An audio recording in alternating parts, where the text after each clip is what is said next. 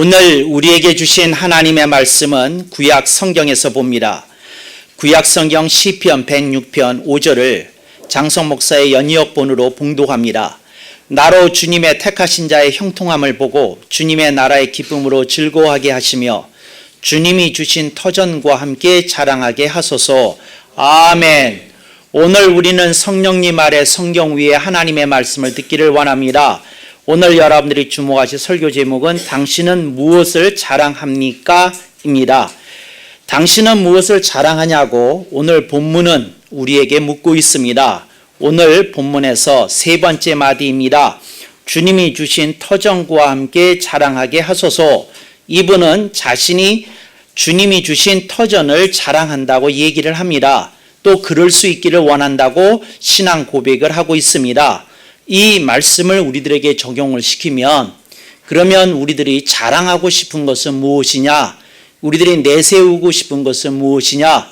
우리들이 뻐기고 싶은 것은 무엇이냐? 하는 것을 살펴보게 됩니다.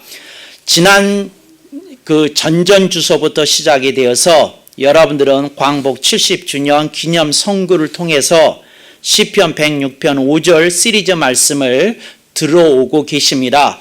이 말씀을 이번 기회에 여러분들이 듣고 지나갈 것이 아니라 여러분들의 수첩에다가 이번 시리즈의 설교 제목은 써두시고 송구도 하나 써두시고 여러분들이 이 주제는 인생에 대해서 가장 기본적이고도 근본적인 질문을 하는 것이기에 여러분들이 언제고 홀로 커피를 마실 때에 이 말씀을 이 설교 제목을 한번 이렇게 음미해 보실 수 있기를 강추합니다.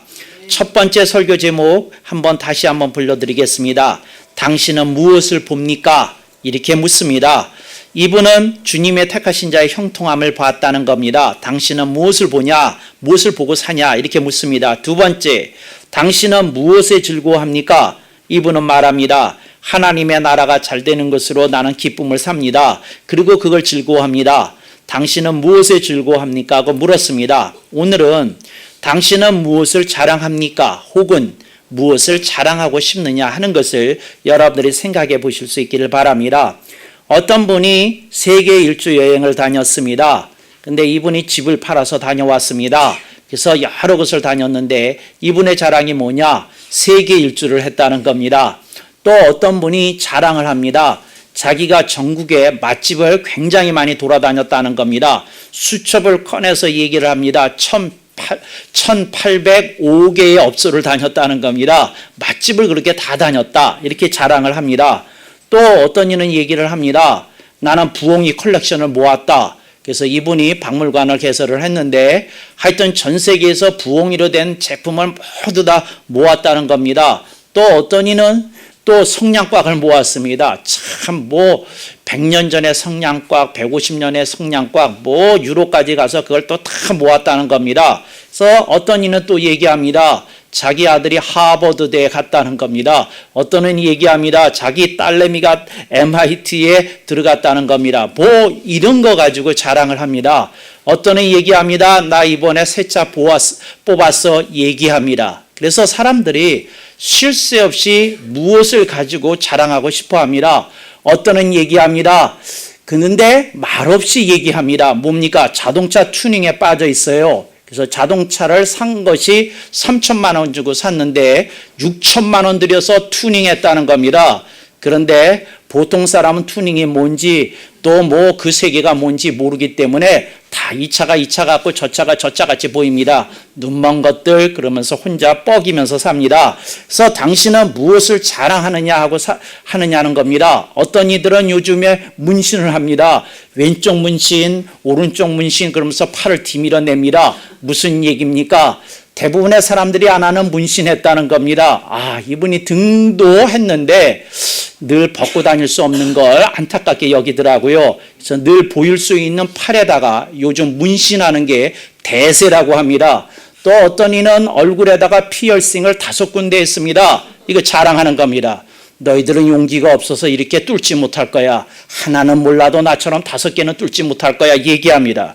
그래서 이것이 여러분들이 무엇인지 보실 수 있길 바랍니다. 자랑하고 싶은 겁니다. 또 어떤 이 얘기합니다. 블로그에다 끊임없이 뭘 올립니다. 왜 올리느냐? 자랑하고 싶은 겁니다. 나 이렇게 맛있는 거 먹고 다닌다. 영화 보고 다닌다. 놀고 다닌다. 여러분, 여러분의 사생활을 다른 사람이 그렇게 알 필요가 있나요? 근데 좌우지간 지금은 자랑이 대세인 시대에 살고 있습니다. 그래서 사람들이 쉴 새 없이 그거 합니다. 정력 참 대단합니다. 에너지 많이 들어갑니다. 뭐 돈도 들어갑니다. 근데 사람들이 기꺼이 이렇게 얘기합니다. 왜 하나요? 자랑하고 싶은 거예요. 끊임없이 자랑합니다. 끊임없이 합니다. 그러니까 다른 사람이 자기의 블로그에 몇 번 왔다 가는 것에 목매다는 사람이 그렇게 많다는 겁니다. 이거 참 왜 그럴까 생각해 봤더니 사람들이 인정에 목말라 있다는 겁니다. 그래서 사람들이 인정받고 싶어서 이걸 다시 뒤집으면 자랑하고 싶은 것이 생기도록 하기 위해서 인생을 살아간다는 겁니다. 그런데 시편 기자는 딱 하고 우리에게 오늘 제동을 겁니다. 나는 뭘 자랑하고 싶은지 알려드릴게요 하고 얘기합니다. 주님이 주신 터전을 자랑하고 싶다고 얘기합니다. 근데 여기서 터전이라고 번역이 된 말은 개역 성경에서 기업이라고 번역이 되어 있습니다. 그런데 여러분, 기업이 두 가지가 있습니다. 비즈니스를 뜻하는 기업이 있습니다. 근데 성경에 나타난 기업이라는 단어는 비즈니스라는 기업이 아닙니다. 그건 뭘 상징하는 거 아니? inheritance. 그러니까 상속을 의미하는 겁니다. 그러니까 부모가 돌아가시게 됩니다. 그러면 부모가 남겨준 그 유산을 뭐 하는 겁니까? 상속받는 겁니다. 그런데 성경을 번역을 할 때 개역 번역자들이 모여서 회의를 합니다. 그런데 이거 이 본문에서 말씀하려고 하는 게 그 뭐라고 번역하면 좋을까? 상속의 뜻이 있기는 한데 말이야. 상속이라고 하면 말이야. 그냥 어떤 물질적인 그 어떤 것만 생각하잖아. 그런데 이거는 어떤 굳건한 토대를 의미하고 뭘 말하는 건데 그래서 터기자를 써서 기업이라고 그랬습니다. 이 기업이 갖고 있는 의미는 무슨 것인고 하니 집에서 대대로 이어져 내려온 가업을 우리 한국어로 기업, 터기자를 쓰는 기업이라고 불렀습니다. 장성 목사는 터기자를 쓰는 그 대대로 집안에서 내려오는 그 기업이라는 뜻도 마음에 안 들고 또 그 당연히 비즈니스를 뜻하는 기업도 마음에 안 들고 또 상속이라는 또 직역도 마음에 안 들고 그래서 장성 목사가 번역한 단어가 뭐냐? 주님이 주신 터전입니다. 그러니까 이게 뭐냐? 주님이 나에게 주신 터전을 기업이라고 말하는 겁니다. 이게 터전을 얘기하는 겁니다. 그런데 이게 터전은 터전인데 터전 중에도 내가 터를 닦고 이렇게 세운 게 있어요. 그건 내가 세운 터전 아닙니까? 그런데 본문이 말하는 기업이라는 것은 주님이 주신 터전이라는 겁니다. 내가 손댄 게 아니라는 겁니다. 내가 수고한 것에 그 소득이나 결과가 아니라는 겁니다. 그래서 주님이 나한테 주신 터전, 요걸 오늘 이분은 자랑하고 싶다는 겁니다. 그래서 여러분들이 여기서 딱 멈추게 됩니다. 그러면 시편 기자에게 주님이 주셨다는 터전은 무엇이었을까? 이런 생각이 들잖아요. 이분은 이렇게 얘기하는 겁니다. 첫째, 본인의 출생이 하나님 주신 터전이라는 겁니다. 내가 이렇게 생긴 건 내 아버지와 어머니를 통해서 피를 받았기 때문에 내가 이렇게 생긴 거다. 그런데 이런 부모님을 가지게 해주신 분이 누구냐? 하나님의 경륜 속에 있었던 일이다. 그리고 부모를 통해서 자신이 출생하게 된 거, 그걸 받아들이는 겁니다. 또 예를 들자면 사람이 태어났을 때 생김만 봤습니까? 아닙니다. 성격도 봤습니다. 성격만 봤습니까? 아닙니다. 뭘 봤습니까? 성별도 봤습니다. 젠더도 봤습니다. 그러니까 무슨 말이냐면 어떤 이는 남자로 어떤 이는 여자로 태어납니다. 그런 것도 봤습니다. 또 여러 가지를 봤는데 그 중에 하나가 뭐냐? 집안 환경을 봤습니다. 근데 이건 내가 준비한 게 아닙니다. 내가 꿈꿨던 게 아닙니다. 내가 기획했던 게 아닙니다. 주님이 나에게 그냥 주신 겁니다. 그래서 여러분이 여러분의 출생에 대해서 편안해지면 여러분들은 이걸 자랑하게 됩니다. 그래, 우리 부모님이 그때 만나서 사랑에 빠지고 또 결혼을 하시고 살다 보니까 나를 가지게 돼서 나를 낳아주셨네. 참 감사하다. 자신의 가족에 대해서 편안한 사람은 이런 출생이라고 하는 터전을 자랑할 수 있습니다. 그런데 자기가 태어났던 가정으로부터 학대를 당했다든지 어려움을 겪었다든지 또 부모가 못해준 것에 대해서 한이 맺혀 있는 이들은 이거 자랑하지 못합니다. 그래서 여러분들이 자랑할 것이 있는데, 첫째는 여러분들이 출생에 대해서 여러분들이 편안해지고 이걸 감사히 받아들일 수 있게 되면 여러분이 주님이 주신 첫 번째 터전을 여러분이 흡수하는 게 되고 향유하는 게 되는 것이다. 이걸 말씀드리고 싶다는 겁니다. 이게 첫 번째입니다. 두 번째입니다. 주님이 주신 터전을 자랑한다고 하는 말은 이겁니다.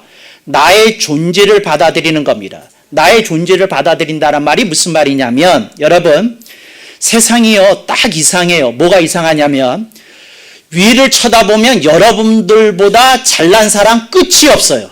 그러니까 위를 한번 쳐다보세요. 여러분들보다 잘난 사람 끝이 없습니다.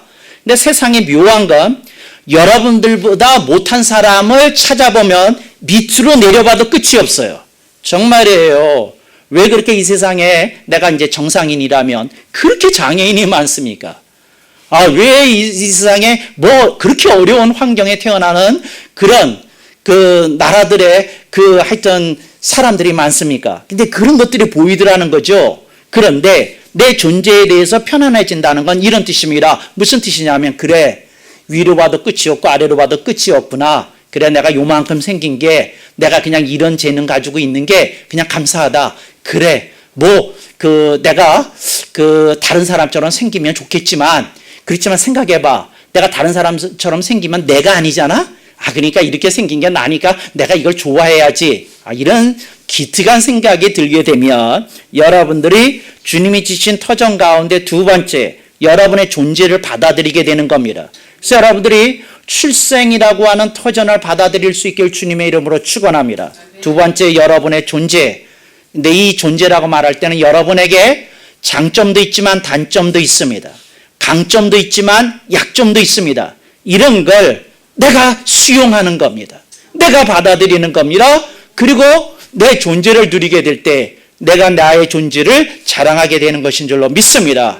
그런데 아직도 이걸 끊임없이 붙들고 사는 이들이 있더라는 거죠. 이 세상을 살아가는 방법 가운데 인터넷에 떠도는 개그에 이렇게 있어요.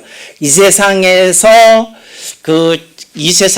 잘 나가는 사람이 되려고 그러면, 그랬더니 1번이 뭔 줄 알아요? 뭐냐면 IQ가 있어야 된다는 거예요. 1번이 IQ. 그랬더니 그 두 번째 사람이 말하는 게 기가 막힙니다. 두 번째, 그 IQ가 뛰어난 사람을 이기는 게 있다는 겁니다. 그게 뭐냐? 강남 엄마를 가지면 된답니다.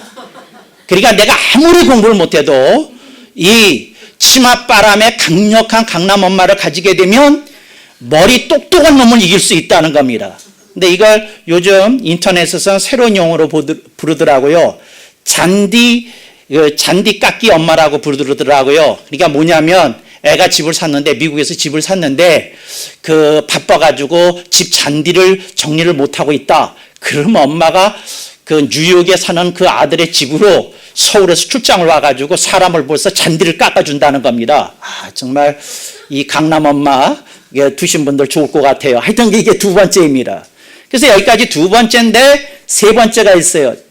그 강남 엄마를 이기는 게 있다는 겁니다. 강남 엄마를 이기는 게. 그게 뭔지 아시죠? 이거 모르시는군요. 근데 여러분이 들으면 아마 알 거예요. 이게 뭐냐면 부자 할아버지라는 겁니다. 그러니까 아무리 엄마가 극성, 말썽 다 부려도 부자 할아버지를 당할 수 없다는 겁니다. 그래서 부잣집에 태어난 게 가장 뛰어나다, 이렇게 얘기를 하는 겁니다. 그랬는데 이 네 번째가 있어요. 개그인데 하여튼 여러분들 웃지를 않으시니까 너무 심각해지라. 이게 네 번째가 있는데, 어떤 사람이 이 얘기하고 몰매 맞아 죽었다는 겁니다. 네 번째 얘기. 그러니까 잘난 할아버지를 잃은 게 있어. 그러니까 아이들이 전부 다 뭐야 그게? 그랬는데 얘가 겁도 없이 이렇게 얘기했다는 겁니다. 하나님 아버지 이래가지고 몰매 맞아 죽었다고 그럽니다. 근데 하여튼 말도 안 되는 소리 하지 말라고 저는 너무 죽여야 된다 그래서 죽였대요. 오케이. 그런데 저는 여러분들에게 세 번째 얘기를 하려고 합니다. 주님이 주신 터전과 함께 자랑하게 하소서. 그게 뭐냐? 믿음입니다. 여러분들이 믿음을 가지게 된 걸 내가 이 어찌 다행 예수님을 구주로 깨닫게 되고 예수님을 믿게 된 걸 정말 가장 큰 기쁨이요 가장 큰 감격적인 사건으로 받아들일 수 있게 되면 믿음을 자랑할 수 있게 되는 줄로 믿습니다. 그래서 세 번째 터전 이 믿음인데 지금 대세가 이렇지 않다는 겁니다. 대세가 이렇지 않다는 겁니다. 이게 뭐 대세가 이렇지 않다는 것은 뭐냐면 그 7포 세대라는 말 들어보셨어요? 7가지를 포기하고 산다는 말. 난 이 얘기 듣고 정말 눈물 나더라고요. 요즘 젊은이들이 이 자조 섞인 용어를 하나 만들어냈는데 7가지를 포기하고 산다는 겁니다. 그래서 7포 세대라는 건데 첫 번째 뭐를 포기하느냐 그랬더니 연애를 포기한대. 연애를. 두 번째 왜 연애를 포기하냐 그랬더니 연애하는데 너무 많은 돈이 들어간답니다. 아니 지금 내가 미래를 위해서 해야 되는데 연애 못한다는 겁니다. 두 번째 포기하는 것이 결혼을 포기한다는 겁니다. 결혼식에 너무 많은 돈이 들어가서 그거 감당할 길이 없어서 결혼식 포기한다는 겁니다. 결혼식 포기. 그 다음에 세 번째 그래서 어찌 다행 연애하고 결혼을 했는데 세 번째 포기하는 것이 있는데 출산 포기한다는 거예요. 출산. 근데 이런 식으로 포기하는 것이 점점 늘어납니다. 네 번째 포기하는 것이 뭔지 아셔요? 이것도 굉장히 가슴 아프더라고요. 대인 관계를 포기한다는 겁니다. 왜? 쪽팔리기 싫은데 사람들 만나면 자동차 뭔가 좀 내세울 게 있어야 되는데 옷도 좀 스타일리시하게 입어야 되는데 만나기 싫다는 겁니다. 잘난 놈들 많아서 옷 잘 입고 다니는 놈 많아서 그 다음에 성형수술한 놈 많아서 내 얼굴 뜯어 고치지 못해서 하여튼 몸매가 되지 않아서 하여튼 사람 만나기 싫다는 거예요. 정말 이러고 사는 사람들 이거 어떻게 하면 좋습니까? 이렇게 사람들이 젊은이들이 모든 것을 포기하면서 자꾸 움직입니다. 근데 제가 여러분들한테 말합니다. 그래서 사람들이 목말라 합니다. 뭘 목말라 하느냐? 자랑하고 싶은 것을 목말라 하고 그리고 인정받고 싶어서 목말라 하더라는 거죠. 그런데 믿음을 자랑하겠다고 하는 사람들이 점점 귀해지고 있는 시대에 살고 있습니다. 여러분들이 믿음을 자랑하십니까? 그렇지 않으면 뭘 자랑하십니까? 어떤 집에서 그랬다 그러죠. 우리 아이가 말이야 아이비 리그에 말이야 뭐 어쩌고 저쩌고 우리 아이가 말이야 어디서 비즈니스를 열었는데 말이야 대박이 아니라 왕대박이다란 말이야 뭐 이런 얘기 막 하는데 어떤 권사님이 그랬다고 그러죠. 우리 아들은 믿음이 끝내주는데 다들 피식 웃더라고 그래요. 피식 웃더라고 그래요. 여자들도 부드러워요. 여자들끼리 얘기하니까 몰매 맞아 죽지는 않고 피식 웃더라고 그래요. 그런데 여러분 제가 묻겠습니다. 믿음을 자랑할 수 있습니까? 여러분들이 믿음이 자라는 아이들을 보고 대견하고 배불러야 되는데 엄마는 믿음으로 성이 차지 않습니다. 수학 점수 올라가면 행복합니다. 근데 얘가 믿음으로 곱게 자라는 건 엄마를 배부르게 결코 못한다는 현실. 요거 조금 생각해야 됩니다. 근데 왜 안 웃는 거예요? 그거 좀 이상하네. 여기는 웃어야 되는데 웃어야 정상인데. 근데 하여튼 좌우지간 여러분들이 뭘 자랑하는지 생각해 볼 수 있길 바랍니다. 그래서 출생을 여러분들이 여러분의 터전으로 자랑하고 편안히 여겨서 여러분의 존재를 편안히 여겨서 그걸 터전으로 여러분들이 자랑하고 세 번째 믿음을 여러분들이 여겨서 주님께 자랑하실 수 있기를 주님의 이름으로 축원합니다. 그 다음에 이제 네 번째가 있는데 이 네 번째가 굉장히 중요한 겁니다. 근데 요즘 점점 중요해지고 있는 항목입니다. 근데 이 네 번째 제가 생각했을 때 여기서 이걸 맞출 수 있는 가능성은 거의 없다고 생각이 됩니다. 근데 그게 뭐냐? 제가 그 신앙생활의 가장 중요한 것 중에 하나로 가장 중요한 것이 아니고요. 그냥 가장 중요한 것들 중에 하나. 조금 의미 있게 좀 여러분들이 생각해야 되는 것 중에 하나입니다. 네 번째가 뭐냐? 네 번째가 일상입니다. 여러분들이 여러분의 일상을 자랑할 수 있길 주님의 이름으로 축원합니다. 오늘도 세 끼밥 다 챙겨 먹을 수 있으니 얼마나 자랑스러운 일이냐. 이런 생각을 해야 되는데 그냥 맛집 못 가가지고 그냥 먹방 본 그 후유증으로 고통을 받는 여러분들 정말 정신 차리실 수 있길 주님의 이름으로 축원합니다. 요즘 먹방의 대세인 그 백씨로부터 멀리 하시기를 축원합니다. 제발 정신 차리시기 바랍니다. 그 백씨는 소씨가 차지하게 내버려 두시고 그리고 여러분들 정신 차리시기 바랍니다. 근데 정말요, 내가 정말 그 먹방을 이렇게 끊임없이 챙겨보는 사람들 보면 좀 한심하다는 생각이 드는데 차라리 편의점에서 사탕 하나 먹는 게 훨씬 유익합니다. 근데 그 쓸데없는 일에 그냥 정신 파시고 그렇게 살고 그런 거 하지 마시고 여러분들이 좀 더 의미 있는 일에 생겨나시고 그러실 수 있기를 바랍니다. 남자들이 미래를 위해서 준비할 생각을 해야 되는데 그러니까 미래를 나가서 개척할 의지가 없는 한국 남자들이 하는 짓거리가 뭐냐면 인터넷에서 레시피 연습해가지고 집안에 있는 가족들에게 밥이나 해주는 역할을 하려고 합니다. 정신 좀 차리세요. 돈이 대세예요. 음식이 대세가 아니라 정말 능력을 키워서 내가 뭔가 의미 있는 일을 해야 되겠다고 그런 걸 준비하셔야지. 그냥 바깥으로 나갈 궁리는 안 하고 집안 구석에 처박혀서 요리나 하겠다는 그런 생각 좀 버리시고 여러분들이 조금 뭔가 의미 있게 사실 수 있기를 바랍니다. 근데 제가 일상이라고 얘기한 건 무슨 뜻인고 하니 여러분들의 하루가 모여서 평생이 된다는 겁니다. 하루하루를 신앙 속에서 사실 수 있기를 주님의 이름으로 축원합니다. 이걸 어떻게 살아야 되겠습니까? 기쁘고 즐겁게 살아야 되겠습니다.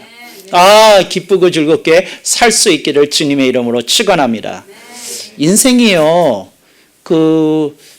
누가 저한테 인생에 대해서 물어보면 해줄 수 있는 말이 몇 가지가 있는데 그 중에 하나가 인생이란 뭐냐? 하루 플러스입니다. 끊임없이 하루가 더해지는 겁니다. 하루 플러스. 그러니까 여러분들이 좀 생각을 했을 때 오늘 하루를 잘 살면 인생 잘 사는 거거든요. 아주 그렇게 복잡한 게 아니에요. 그래서 오늘 차 한잔 마시면서도 아주 그 정신이 맑아지는 것을 체험하고 참 좋다. 이런 생각 좀 하시고 좀 산책을 하시면서도 그런 생각을 하시고 일을 하시면서도 그 생각을 하시고 지겨운 일상 매일 똑같네. 매일 빨래해야 되고 매일 밥해야 되고 매일 밥 먹어야 되고 매일 잠자야 되고 매일 더위에 시달려야 되고 매일 애들 뒤치다거려야 되고 매일 이런 생각하지 말기를 주님의 이름으로 축원합니다. 그래서 이걸 조금 이 담론을 일으키는 철학자들은 이런 얘기를 합니다. 현대인에게 필요한 건 일상의 회복이라고. 그러니까 일상이 그냥 나날의 삶이 이렇게 회복이 좀 돼야 된다는 겁니다. 여러분이 일상의 회복이 필요 없는 그냥 그렇게 사실 수 있길 주님의 이름으로 축원합니다. 그래서 하루하루 그냥 재미있게 사세요. 좀 신앙 속에서 의미 있게 그렇게 살 수 있으면 그거 굉장히 중요한 일이다. 그래서 저는 이런 얘기를 합니다. 뭐라고 얘기를 하느냐 하면 거룩함에 너무 빠지지 마십시오. 거룩함에. 그러니까 여러분들이 거룩해지는 것도 중요한 일인데 일상생활 속에서 여러분들이 이렇게 할 수 있다는 걸 이렇게 생각하실 수 있기를 바랍니다. 그랬더니 어떤 이들이 설교를 잘못 알아들어요. 목사님, 제가 그거 잘하는데요. 혼자 밥 먹고요. 혼자 차 마시고요. 혼자 음악 듣고요. 혼자 노트북 가지고 뭐 하고요. 제가 그러면 일상이 회복된 사람이네요. 누가 이런 얘기를 하는 거예요. 여러분, 성경이 말하는 일상이라고 하는 것은 나를 즐겁게 하는 그 수준에만 머무는 게 아닙니다. 성경이 말하는 일상이라는 건 이런 겁니다. 내가 내 주변에 있는 사람들에게 행복을 나누어 줄 때 그게 진정한 의미의 일상의 완성이라는 걸 기억하실 수 있길 바랍니다. 저는 이렇게 얘기합니다. 여러분이 기쁨과 즐거움을 누리고 있다면 일상은 회복이 된 겁니다. 그렇지만 여러분들이 누군가를 행복하게 해주고 있는 일을 안 하고 있다면 여러분의 일상은 완성이 된 게 아닙니다. 정세라가 공부를 잘해요. 그렇지만 그게 일상의 완성일 수는 없어요. 왜요? 정세라가 자기 동생들 잘 챙기고 그리고 동생들 도와주고 엄마한테 사랑한다고 얘기를 하고 그럼 뭐가 되는 겁니까? 일상이 완성이 되는 겁니다.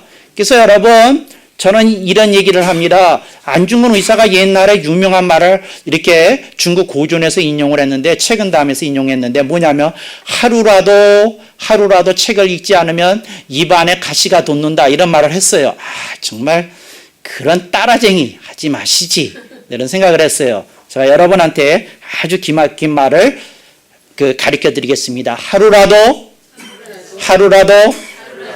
옆에 있는 사람들에게 사랑한다는 말을 안 하면 가시가 돋으리라.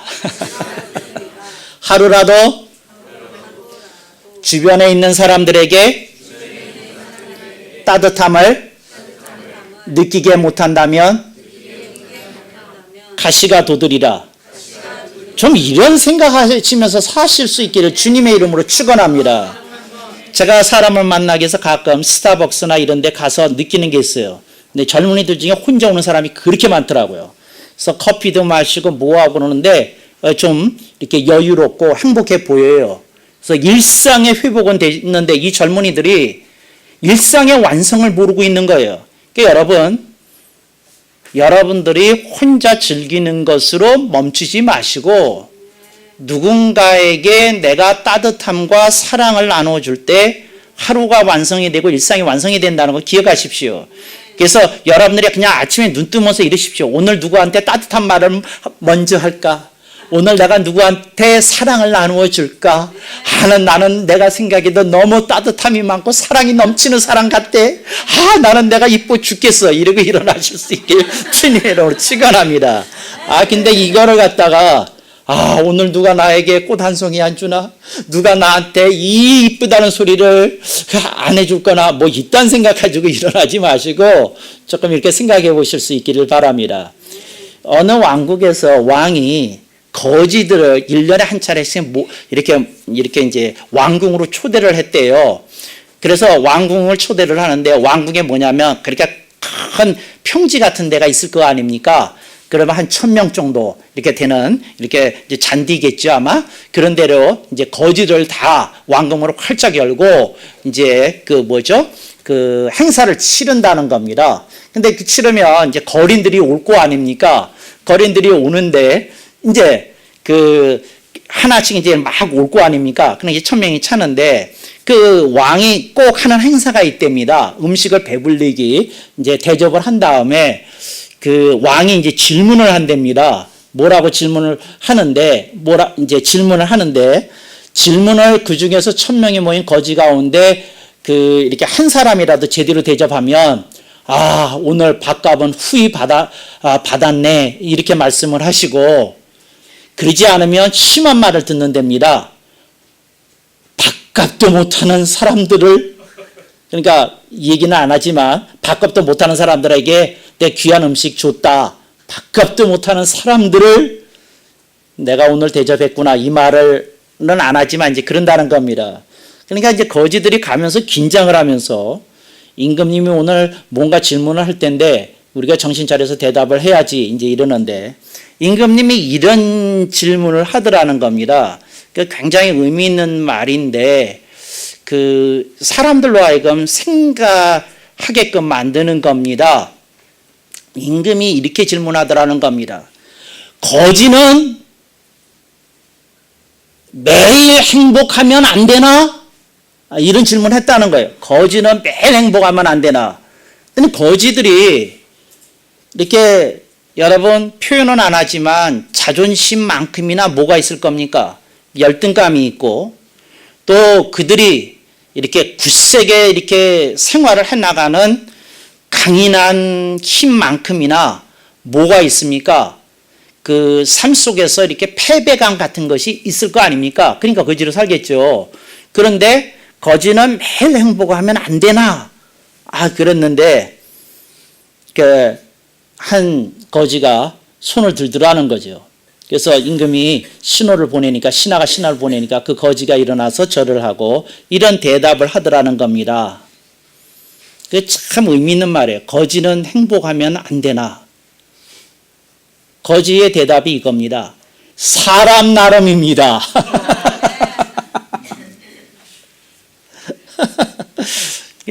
그 말은 뭐냐면 왕한테 한 번 먹인 거죠. 왕이시여, 거지나 왕이나 같은 사람인데 거지는 아무것도 없다고 매일 행복하면 안 되나 하고 물으시는데 왕이시여, 모든 걸 다 가지시는 왕께서는 행복하십니까? 이렇게 역으로 묻는데 묻지 않으면 사는 말이 사람 나름입니다. 그러더라는 거죠. 근데 왕이 그런 얘기를 했다고 그래요. 뭐라 그러냐면 저자는 내가 써야 되겠다. 아, 내가 오늘 귀한 가르침을 얻었다. 밥값 소리가 아니라 내가 귀한 가르침을 얻었다. 그랬다는 겁니다. 오늘 본문 다시 보겠습니다. 오늘 하나님이 우리들에게 터전을 주셨습니다. 우리들이 출생했고 우리들의 존재가 있고 우리들의 믿음이 있고 우리들의 일생이 있습니다. 다시 돌아가서 얘기해 보면 사람 나름이라는 겁니다. 어떤 이는 자신의 출생에 대해서 편안하고 자신의 존재에 대해서 감사하고 자신의 믿음에 대해서 감격하고 자신의 일상에 대해서 정말 그 평화로움을 사랑과 함께 이웃들과 함께 주변에 있는 사람들과 함께 누리면서 살 거라는 겁니다. 진정으로 그런 특별한 인생을 사시는 여러분이 되시기를 주님의 이름으로 축원합니다. 아멘.